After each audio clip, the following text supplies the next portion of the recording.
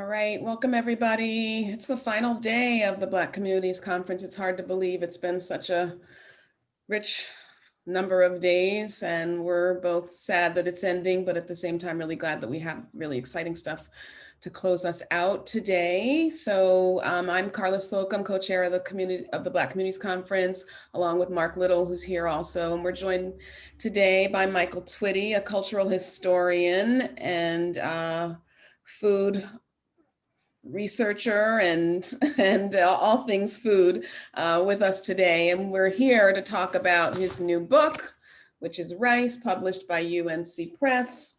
And we want to hear a lot about the background of the book, but also the meat of the book, so to speak, all that's in it related to rice. So the process will be as per usual. If you've been with us for the other sessions, you know how this works. We're going to engage Michael in a variety of questions and discussions around the book and the topic. We will also allow for comments and questions that you can put into the Q&A function at the bottom of your screen. So we'll reserve time for that, and we'll aim to wrap up around 10:45, 10:50 11:45 to 11:50 before we transition on to the closing session, which will feature Mark and me in discussion. So Michael, thank you so much for joining us. Thank you. Good morning. Good morning. There's one part about this book. There's so much to talk about. It's really, I learned more about rice than I thought I even knew was necessary to know about it, but I'm glad that we can share with the audience. So one thing that stands out for me, and there are many, but I'll get into one of them. On page 7 in the introduction, you say that rice has recovered its prominence in the country and is now among the top 10 produce crops grown in the US. And you talk about California and the South as being the two areas of the country where we see rice being really central. So give us some background to that origin in the South in particular, because you spend a lot of time in the introduction talking about the Southern relationship, or the relationship of rice, of the South to rice. Right. So because this book is part of the Savor the South series, which includes things like bourbon, I don't really know how you got 51 recipes out of bourbon, but such as it is, it's very focused, and it's a sampling of a lot of the traditions that we have. I'm sure that some of the other books, like chicken or bacon or greens, also have rice recipes. But for me, I really wanted, as one of the 2 Black authors in the series of 20 some books, I really wanted to make sure that people understood the central location of rice in the story of African American people, to centralize that. Because a lot of times when, as a culinary historian, a lot of times, I'm the only Black person in the room in any gathering or meetings. I thought it was just a fluke the first time. I was like, okay. And then it went from being that to, not only am I the only Black person, but I am a Black male in a very white female space, where there are all kind of issues there. And so you would read these books, and we were always third, Carla. We were always third. It was like we were the afterthought. Southern food, the same line. Southern food began when some Europeans trampled all over some Native Americans, took their food, and then got some Black people to cook it. That's pretty much the standard history that they've laid out. And we know better. We know that that Southern food was a series of negotiations and networks over time. I always use the phrase that, is it African food cooked by a European hand and Native American pot, or is it Native American food cooked by an African hand for a European, or is it that, and then you keep on, you have these revolutions of probabilities, and they're all true. They all happen at least once, and that's where we're at. But also, I'm the person who goes Native American, African, European, not European, Native American, African, because that tertiary position, reinforces the idea that we're somehow in the background. Our history really isn't central. Our history isn't the history. It's superfluous at best. And so I was like, no, we're going to talk about rice as this byproduct of the transatlantic slave trade, but also the African Atlantic world. I'm sorry, but if you were a white person living beneath the Mason-Dixon line all the way to Brazil, into the Caribbean and Veracruz, Mexico, you were living in a black world. You were a guest. You were not the owner. You were not the master. You were a guest in an environment where you had undue power and exploitative um, reach. And that's the flip that I want people to see. There is no rice in America without black women. When you ask African Americans who've gotten their DNA done through African Ancestry or another company, and they say, my maternal roots are Mende, my maternal roots are Temne, my maternal roots, and I say to them, I always say to people, well, when they say they're Mende, Temne, I said, wait a minute. I said, I bet you was on your mama's side. And they said, how did you know? And I said, these are the people who were brought to do the rice work. You see that what I've been to Sierra Leone. I'm actually a citizen of Sierra Leone now. Um, I've been to Senegal. I've been to Gambia. Um, and the bottom line is that the work in West Africa is gender divided, and men do the clearing and the preparing of the fields. Women plant and cultivate the rice. Men and women harvest the rice, and women process the rice with the mortar and pestle and with the fanner baskets that some of you may be familiar with, that are both in the Low Country and in West Africa. And that meant that these women were extremely valuable. Rice is one of the clearer examples of a connection between the technological skill and resources of Africans and the crop in the New World. So, for example, rice comes into record in the 1640s in Virginia. And every time rice shows up, Black people show up. They literally say, the Negroes assure us it will grow well here. And they're talking about the James River. So they're growing rice on the James River, probably around where Williamsburg and Yorktown are. So it's a warmer part of Virginia. There are different varieties of rice. Not all rices are rices that need to be flooded. Some are upland or dry rice. And almost certainly rice would have come on some of those ships from West Africa to feed the people. And I don't mean like as seed to be grown, not just like food on the way over. And I kind of want to dispel a myth right here and now. Some of you may have heard or seen various TikToks, Twitter messages, Facebook messages that imply that African women put rice in their hair and so they could have something to eat on the way over. That's total nonsense. There were Black women who were not fettered on those ships and who were forced to cook and pound the rice and take the raw rice and process it for meals. That is true. It's also true that maroon women in Suriname and Brazil did have rice seeds and put it for keeping, because they would often destroy the rice fields. They needed seeds, so they'd found various ingenious ways to keep that. That's okay. And also using the corn rows to make maps of where the quilombos were. That's all true. But on the slave ship, no ma'am. Part of it's because if you know the history of the Middle Passage, there's no way you would have food in your head with rats and lice running around. It's not a possibility. But when Africans said we put the seeds in our hair, it's like that stealing away to Jesus thing, right? They weren't trying to go to heaven. They were trying to go to Toronto to meet Drake. They were trying to get out of slavery. It had nothing to do with actually going to heaven. It had, so it's a metaphor. And what's powerful about it is that everybody in the Afro-Atlantic world had the same exact story. It doesn't matter if you were in Suriname or Jamaica or Haiti or Brazil or South Carolina. It was the same exact story. We put the seeds in our hair, which literally meant our luggage, our cultural luggage was here.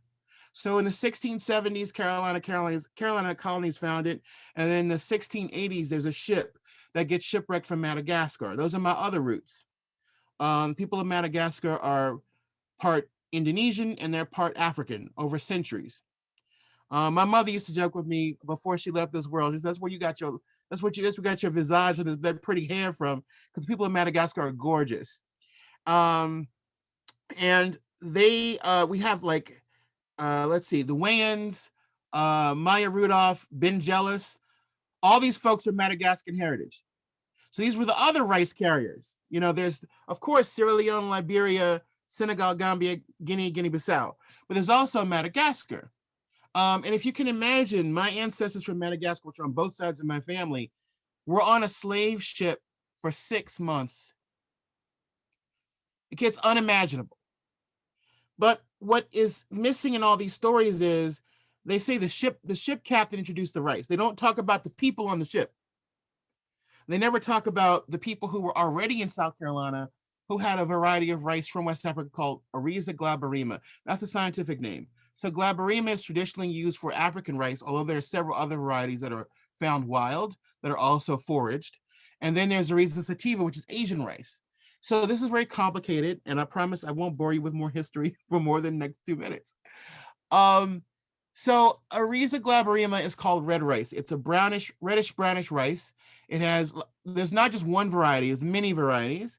And there are dry varieties, there are wetland varieties. It somehow, some way, that comes to South Carolina during that early time period.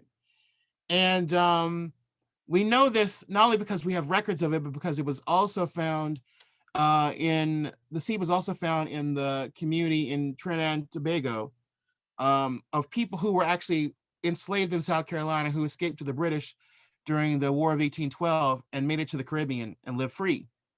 But also, that rice is found wild as like a invasive species. So we know it's been around for a very long time in South Carolina to this day. Funny how they call that invasive. But that's a conversation for another day. Bottom line is that both of these types of rice, Asian rice and African rice, were being grown in West Africa, and they made it across the ocean. Carolina Gold, one of the more famous types of rice, has genetic roots in many different varieties of rice, one of which is a variety called Bankaram from Ghana.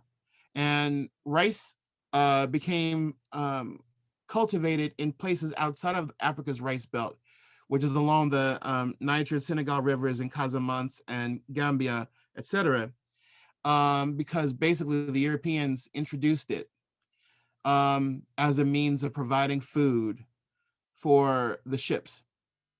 So there are pockets of Ghana, pockets of Angola, pockets of Nigeria, pockets of Congo, pockets of Benin, where rice was grown outside of the traditional belt and then became a food. But also these were basically plantations grown by African elites to provide food for the Middle Passage, which is a really odd and dark part and complicated part of the history. But at the same time, we know that Asian rice was there before the Portuguese via the Arabs and the trade with the Islamic world and the spread of Islam. So yeah, that's the start of it. And of course, during in 1739, there's this huge revolt that's called the Stono Rebellion, in which my Congo ancestors were like, nah, we ain't having this. And the Buckra made the mistake of bringing over all 18 to 25-year-old young men who were trained as warriors, who all spoke each other's languages, and it was over. And so what the Europeans, what the white folks in that part of the country did was they punished them severely, and then they had an embargo on people from Congo, Angola. And so at that time, Carolina was still fledgling and still trying to search for the best crop. But then rice took flight. And they figured out, oh, it's these women from Gambia and from Senegal and from Sierra Leone, Liberia, the countries we know them as today, that is. And from 1750 to 1775, which is the Revolutionary War, they brought in thousands upon thousands. I mean, a slave ship was arriving several times a day. They would sell them at the wharf on the ship.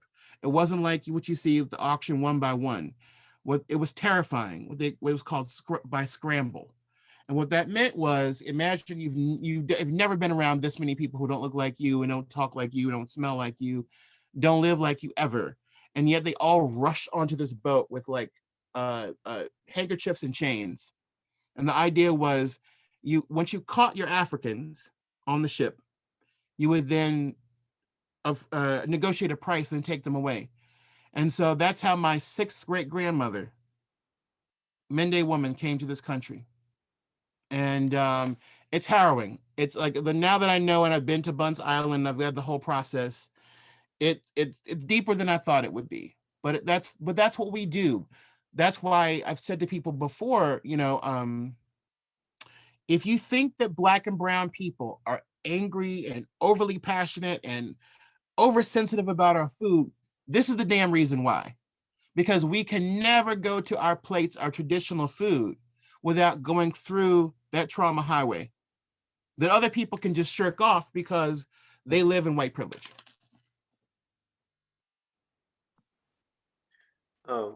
One question that kind of follows on the last part of some of what you said, Michael, which is what food means to Black folks. And I kind of want to connect it to this idea of what you actually do have control over, what you're actually able to pass on, given this context on how you arrived and came to the Americas.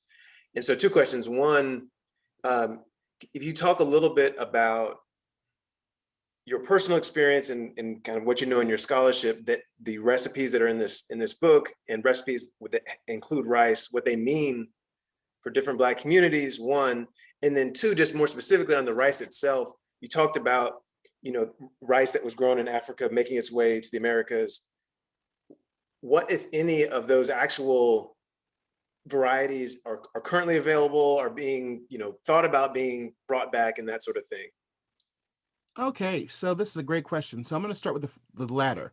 So there are a lot of people. I'm glad to say that Queen Quet, Makata Goodwine, Chef BJ Dennis,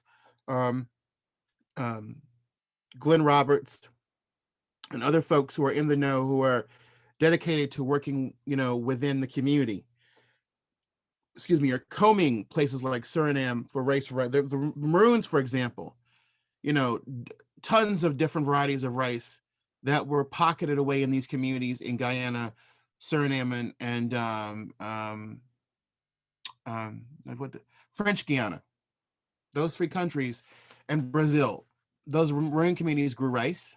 They grew a lot of different varieties, and a lot of them are traceable to different parts of West Africa, not just Senegambia. So, for example, in Pernambuco, Maranhão, and other parts of Brazil, they have a rice growing region. It's the same history as South Carolina and Louisiana. Deliberately bringing over Africans to grow rice in that region from that place.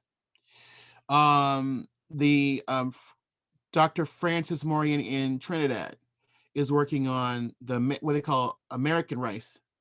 Was brought, like I said, from those Gullah Geechee folks who escaped there. And then Carolina Gold itself and different varieties thereof have that heritage connection. The problem is we only have one Black rice grower, because it's not easy. And of course, you know how Black farmers have been treated in the South in regards to land access and capital. So we have one Black grower of rice. And I'm hoping that we can inspire young Black farmers to start growing rice. Chief Nfamara in New York is from Gambia, and he's growing rice up there and showing people how to grow rice, which is amazing. But we still have a long way to go with that. Now, in regards to rice to different Black communities, interesting, because of course, like everybody knows about peas and rice versus rice and peas. Every Caribbean community swears that it's rice and pea dish is the dish, and everybody should just shut up. Black folks, we've had red rice in Low Country, but that became Spanish rice in the rest of the Deep South, or even worse, please forgive me, mulatto rice was the old term for it, which is a little closer to the origin than Spanish rice. Ain't nothing Spanish about it. I mean, it's not serving you tapas and eating at 9 o'clock at night and dancing with castanets. That's not exactly what's going on.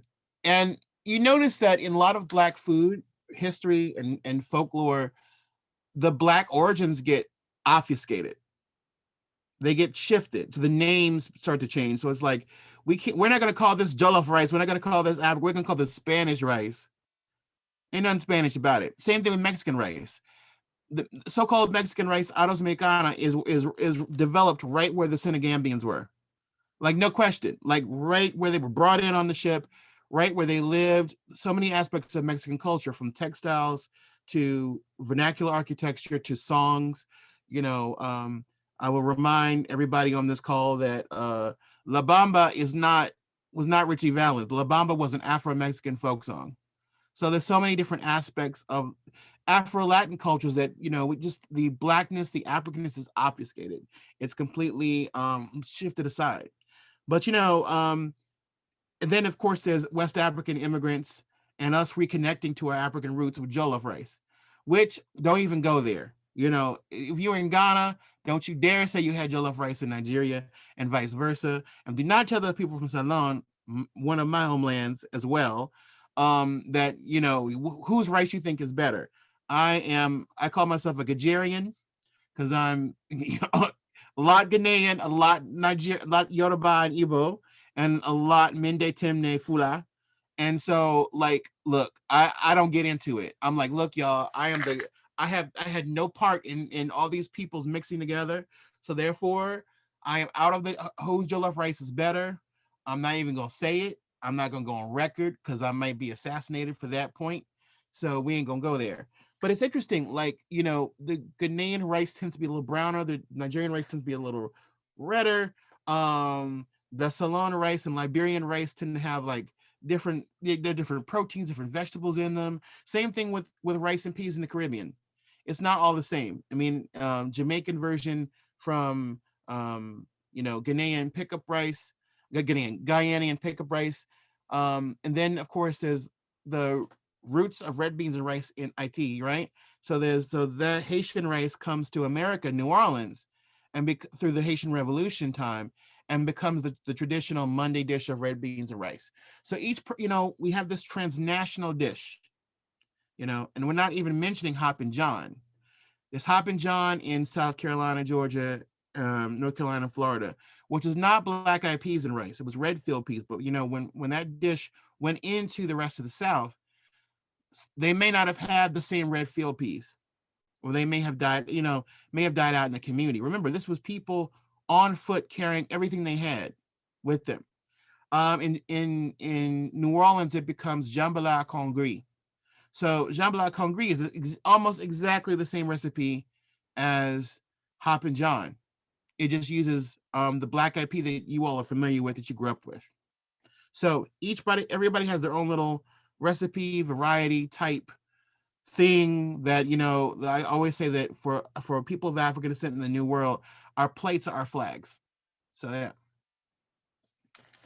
I just want to pivot a little bit, and we'll get back to rice, but I think one of the things I'm thinking about is how deeply historical your work is, and how we're finding out so much history around these foods. And I have this sense from, you know, other family members who are working in various aspects of the food industry, that there's some folks who write a cookbook, and there's some folks who will do food history and food studies, and you seem to marry the two. And I'm interested in you talking a little bit more about your identity as a cultural historian, also thinking about it outside of a university setting. What we try to do here with the Black Communities Conference is connect folks who are inside the university with folks who are outside, all, you know, with a common interest in Black communities. And you're doing this work outside of the university, but I know there are folks on inside universities doing it too. What does that do for you to do this work from the position where you do it? And just talk to us more about that work as a cultural historian. Okay, I want to say one thing. Culinary historian. Oh, sorry. Yes. Yeah, no You know problem. what? That's my anthropology bias. That's my I anthropology hear bias. that. So I sorry. know. Oh, I know. It's okay. So and then it gets even more complicated, Carla, because there's this weird distinction between food historians and culinary historians. And I don't really get into that, just like the jollof rice thing, because it's very fine line. Okay. But in culinary history, it's interesting because, you know, here's the first problem. Culinary history comes out of women's studies for a reason. Because for generations, a male-dominated academy did not think this was important. They thought it was aligned with women's culture and domesticity. partly true, but there's also this history of professional cooking that involved men and women across the centuries in various cultures. Okay, we got that part. And because it's sort of like had a foot outside of the academy to begin with, but a foot in, it's the same rigor, it's the same studiousness. But the problem is that, well, that's not a problem. It's just a fact of existence that pretty much like there's culinary history scholarship and food history scholarship inside and outside of the academy. All right. And what that does for someone like me, it's actually been very liberating. It's taken me a long time because, you have to work outside of those traditional structures. But also I have incredible freedom. I started by presenting papers at academic conferences that made room for independent scholars, which is fantastic. Because I had my own vision. I was not getting the support I needed academically when I was in school to kind of like learn how to craft. So I had to learn on my own, which is fine, as long as you cite your sources, that you fact check yourself, that you do the work, and you learn how to write a paper, and then learn how to write a chapter, and then learn how to write a book. I started at the Oxford Symposium of Food and Cookery, and I'll never forget it because Sidney Mintz was there and Claudia Roden was there, Ken Albala, all these people who are international folks who were doing food history, culinary history, etc., the like, and a lot of chefs and restaurateurs. And I would look around them and give them a side eye, like, well, what made you a scholar? Other than I was very quickly liberated, my sister. I was just like, well, okay, hold up. So all these white boys are here, and all they do is cook, and they may have penned like 2 sentences, and all of a sudden they're the equal of somebody like me who's been doing this for years. Okay, all bets are off. I'm gonna rock this. And I'll never forget being there and looking around at 300 people, and I was the only Black man. I was one of 5 people of color, period, of any background in England at this conference, at this symposium. And lo and behold, I got that first paper not only accepted and I got to talk and do my thing, but it was published in that year's book. And it was the first time I was published in a book. And my mom was around at that time, and I was so excited. And I just said, if I can get here, I can go anywhere. So you learn how to cite, you learn the different systems. You also have to work between disciplines. So at first, like, you're not going to be taking, it's because this is not something that gets taught in a university setting, right? When you do food studies, it's nutrition, it's some food history, but not really. It's the politics of food globally and markets and economy, all that kind of stuff. But it's not the thing that I do. A lot of times you see people who do this work like Mark Smith or Jessica Harris. They didn't start off as chefs or cooks or culinary historians. They started off as accountants, as lawyers, and as French language professors. So again, I just took a look around and said, if this is going to be the situation that we're working with, where it doesn't require, all it requires is my dedication to telling the truth, facts, rigorous scholarship, and being thorough, then we're good. No one can tell me anything about where I need to start and where I need to finish. And that was, and of course, the internet for all of us, but especially people of color, as y'all well know, has been democratizing in a way that I think white supremacy never imagined and can't stand. And so there's that too. You are up against a cultural lens that is Eurocentric when it comes to talking about food. Whose food is the best? The French. Who said so? The Europeans said so. That's not, we didn't say so, but that's the dynamic that you're up against. There's one more part that I wanted to mention about answering your question. Yeah. So another part of it is that you have to navigate interdisciplinary matters. So to do my work, I'm using ethnobotany. I'm delving into, my mama was cultural anthropology and my daddy was African American studies. So I work with that and Africans, and being African, it's my grandfather. I'm a 3rd generation Africanist. My grandfather was one. So all these different subjects. It's like this. The first time I went to the Heritage Harvest Festival, I was a young lad. I'm 44 now. And I remember this. I don't mean to pick on white folks today. But it was, I remember this young white lady came up to me who probably had a degree, sort of like botanical or horticultural background. And she said, "What are you doing?" And I said, "I'm sorting these fish pepper. I grew a bunch of fish pepper seeds to sell." I was sorting them out. And she's like, "Well, are they Chinese?" And so the inside joke is that is one of the two big varieties of capsicums, right? So that we cultivate. And I didn't know. I assumed they were not Chinese. And I said, "I don't know, but I can look it up." And the look of disdain on this girl's face, of just like, see, I know you didn't. And so you know what I did? I was like, well, a wise person says they don't know when they don't know. They don't lie. And of course they weren't Chinese. They were Anum, which is the typical variety, right? And at that moment she said, "Thank you." And I said, "Okay, I see you." So I said, "I'm gonna do a Malcolm X." Remember what Malcolm X did? He said, "You won't educate me in jail, so I'm gonna read the entire dictionary and the encyclopedia after it." And that's how I'm gonna get my education. Then I'm gonna use that vocabulary to read every book I can find. That's what I did. I went home and I was like, "Okay, you ain't never gonna mess with me again." So I sat up there and I looked every single species that I had to in my arsenal, 500 plants, animals, everything. And I looked up. So I was like, okay, Suscrofa is the hog. Diospis virginiana is the persimmon. Cassatrea virginica is the oyster. And I just kept going, kept going, kept going. So the next time somebody came and messed with me, I'd be like, "Okay, let's break this down." And then I was like, let me relearn all the parts of the animal's anatomy. From the sheep to the goat to the this to the fish to every part. Let me learn all the parts of the flower and the tree again.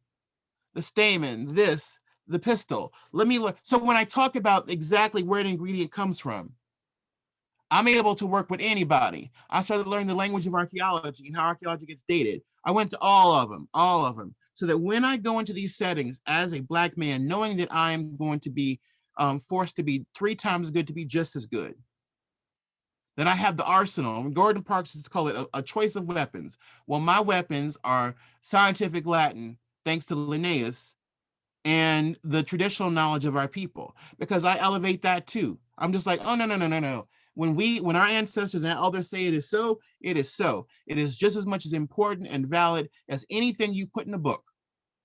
And that's how I do. That's how I do me.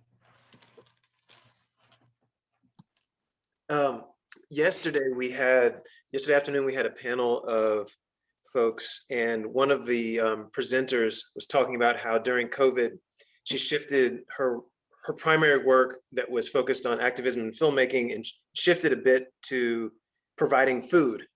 And so she, over the past years, she and a group of people have provided literally thousands of meals in Durham, North Carolina, to families that have needed it. And so, question for you, and this is broadly beyond rice, but clearly I think you'll be able to speak on this. What do you see as the role of food in its connection to activism, its connection to liberation and freedom historically for Black people and Black communities? So it's right there. One of the reasons, Mark and Carla, that I was like, okay, I need to do food history and culinary history and food writing in a very different way. I remember when I first started Afro-Culinaria, and I was like, they were like, well, this one guy was like, well, it's about the food, man, come on. And it wasn't a nasty email or message. It was just like, yeah, that's cute and all, but can you just give me all your Black recipe secrets and some food porn, and okay, thanks. And I was like, no, I want to tell people stories, because these stories have the key. Part of the stories and part of the narrative is the key to liberated forces.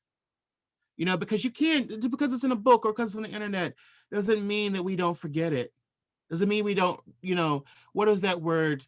The Toni Morrison or someone else used it in a book, disremember. That was an incredible word, right? because it's not standard English, but it's the perfect word, right? It's our word. It means that you sort of like, you forget the keys. You forget your Sankofa methods, right? Going back to fetch it to go more forward in the future.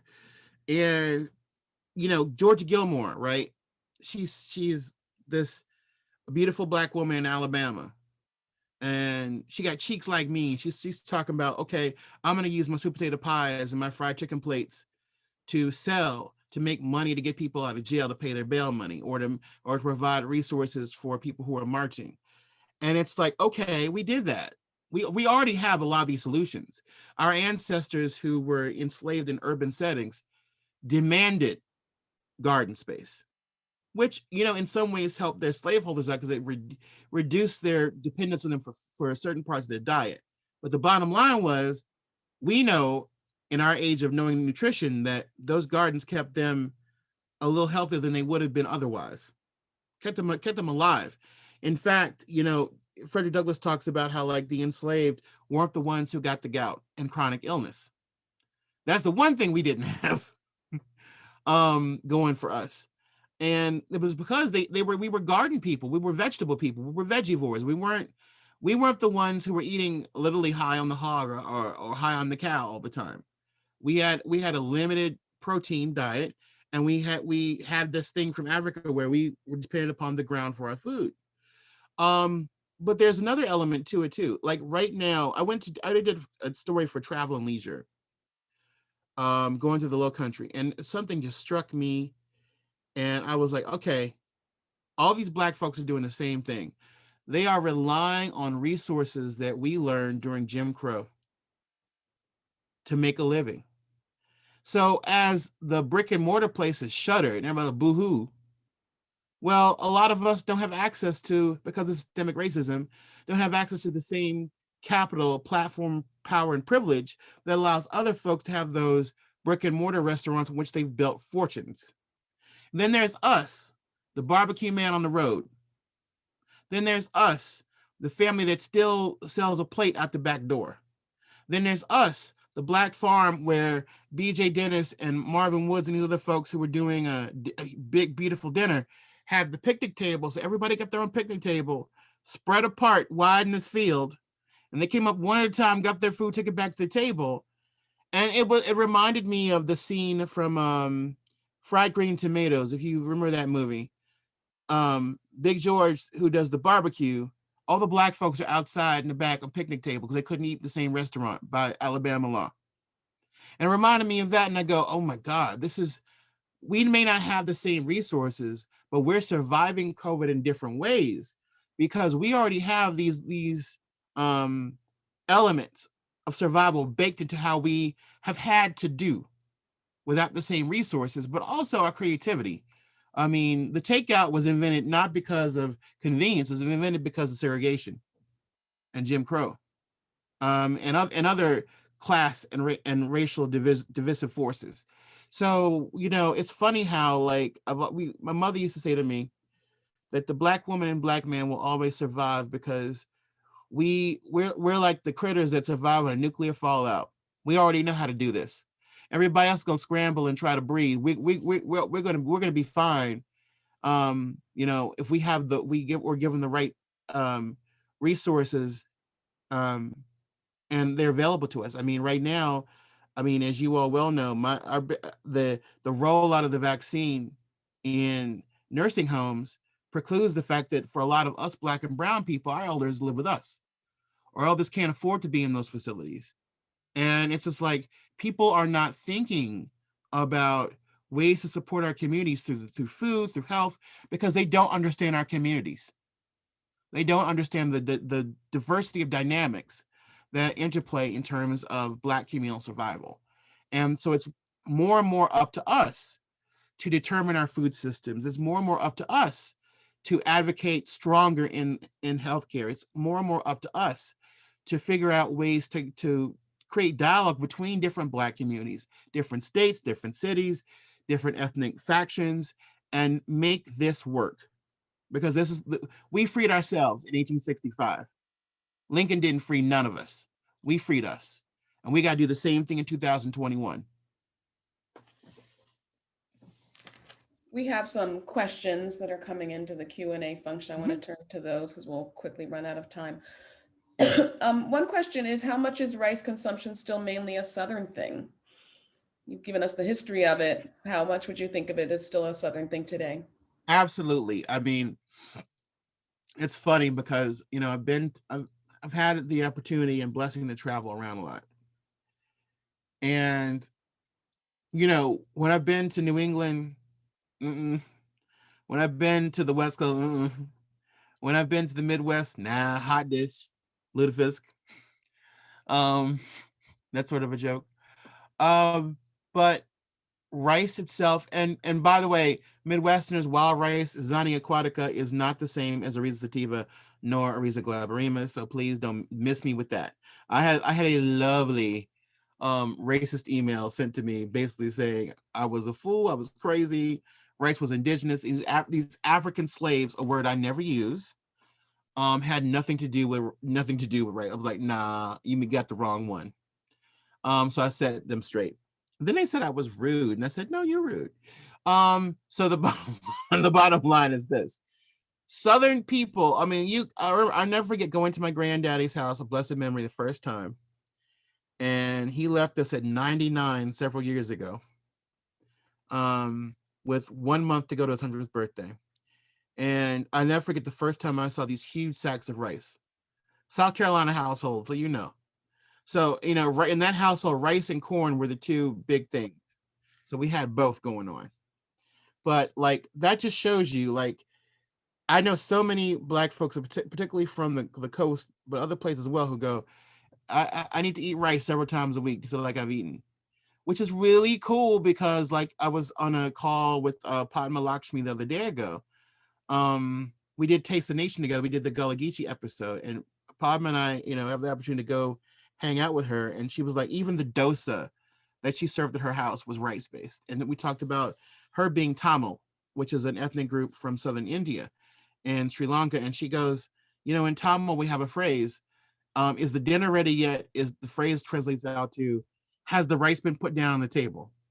In Vietnam, when you say, are you hungry? Cambodia or Thailand, you say, have you eaten? It's, have you had rice today? But it's the same exact expression in Senegal, Guinea-Bissau, Guinea, Sierra Leone, Liberia. You did chop the rice today. Same thing. Have you eaten rice? So there's this thing that is not just Southern, but global.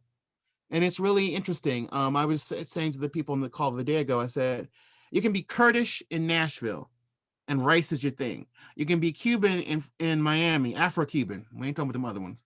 Afro-Cuban in Miami and rice, mostly Cristianos is your thing. You can be from Costa Rica, Gallo Pinto is your thing. You can be Vietnamese and Viet Cajun in New Orleans and Houston, and rice is still your thing. You can be Sephardic Jewish in Montgomery, Alabama, and Atlanta, and rice is still your thing.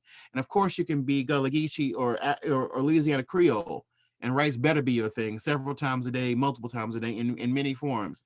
From breakfast, from our little crazy sugar and rice. I had to put that recipe in there, by the way. I was like, I couldn't do without it. That's one of the most country things you can eat. Mark is laughing at me. That and cornbread and a jar of buttermilk. That's your proof that you are from the country with 3 Ks. And then, you know, dessert is kala, right? Rice fritters with a ton of powdered sugar on them. I mean, it's just in rice pudding. So it's a very diverse dish in the South, and all those cultures embrace it. We got another question from the child throw in there, but I had a good friend of mine who showed me I wasn't quite into rice enough. She used to eat her spaghetti on rice. She was from Houma, Louisiana, and like everything was on rice, like spaghetti and sauce on rice. But yeah, we have 2 questions that are kind of similar. I think they're really about you and your career and what you're getting into. Sure. So one is, do you take people on food scholarship journeys to Africa and other places? One, and then second, have you been approached for doing an African version of Bourdain, but I think it's the Beyond the show where he goes to different places and yeah. So 2 questions. One, will you take this individual person, Bernita Reed, on a food scholarship trip to Africa? And then secondly, if you're not willing to do that, are you going to be on a syndicated TV show where you yourself are going around and talking about the kinds of things that we're talking about today? We are working on that with Spring Hill, which is a LeBron James company right now. We're just working on all the usual preliminary steps, sizzle reels, etc. So we'll see where that goes. But with my good friend Ada Nago Brown, a great mentor of mine, I guess we met on Facebook or something, and she's in Baltimore, so we're not very far apart. And one day she was like, "You're coming with me to the embassy of Senegal for this event." And I said, "Okay." Well, the Senegalese ambassador's residence.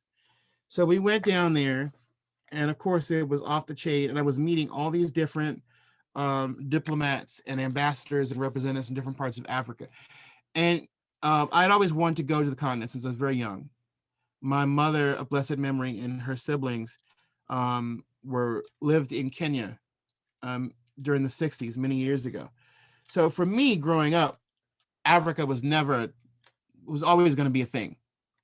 But Ada took me to the embassy, and I was meeting all these different people, and it was the first time I was able to really look at the breadth and diversity of all the different ethnic groups that genetic genealogy and contextual historic genealogy informed me that I came from.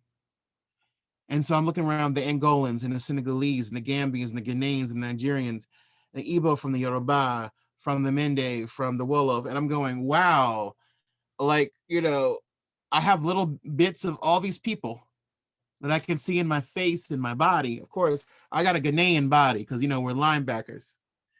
Senegalese are way too tall and skinny, but my grandfather was like that, so that's that. So I went with her to Senegal a year later, my first trip, which is me and her. She was doing this little scout trip where a company Roots to Glory, which brings African Americans, particularly those who've done their DNA, and Afro-Caribbean folks in their DNA, back to the places where their ancestors were from.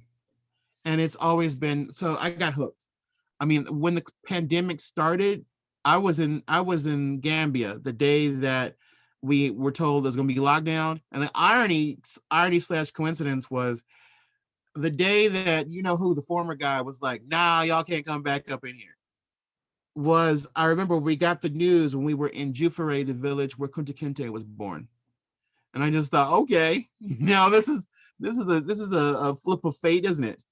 But we did, of course, we were allowed back in, or else I wouldn't be telling you the story.